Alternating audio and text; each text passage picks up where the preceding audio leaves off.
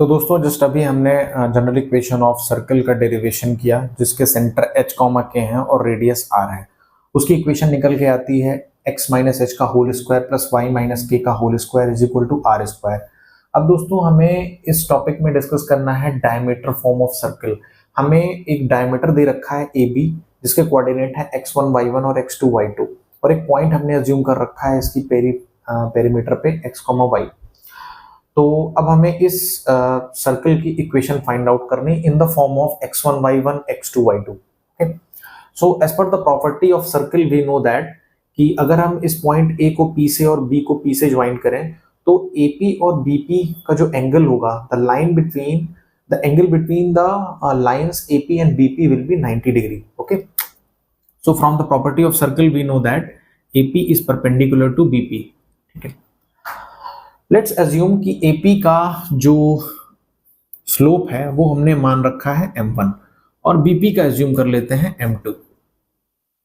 Okay, so as per the properties of the two perpendicular lines, अगर दो lines perpendicular होती हैं we know that m1 into m2 is equal to -1।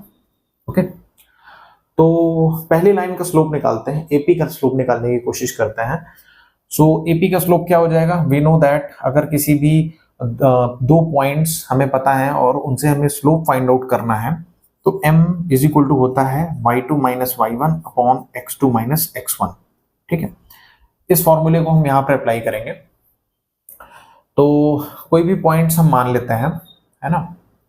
तो let's assume x1 y1 ये है, x2 y2 ये है, तो m1 क्या हो जाएगा? m1 हो जाएगा हमारा y minus y1 upon x minus x1 into, similarly m2 को निकालने की कोशिश करेंगे, ये हो जाएगा y minus y2 upon x minus x2 is equal to -1। इसको थोड़ा सा रीअरेंज करते हैं, रीअरेंज करेंगे हमें मिल जाएगा y minus y1 into y minus y2 is equal to minus x minus x1 x minus x2। इसको थोड़ा सा रीअरेंज करते हैं, राइट हैंड साइड लेकर आते हैं तो मिल जाएगा x minus x1 x minus x2 plus y minus y1 y minus y2 equal to 0। तो दोस्तों ये जो इक्वेशन निकल के आ रही है इस इक्वेशन को बोलते हैं हम डायमीटर फॉर्म ऑफ सर्कल। ये तब एप्लीकेबल होती है जब हमें डायमीटर के कोऑर्डिनेट्स पता है और हमें equation of circle find out करनी है। ठीक है,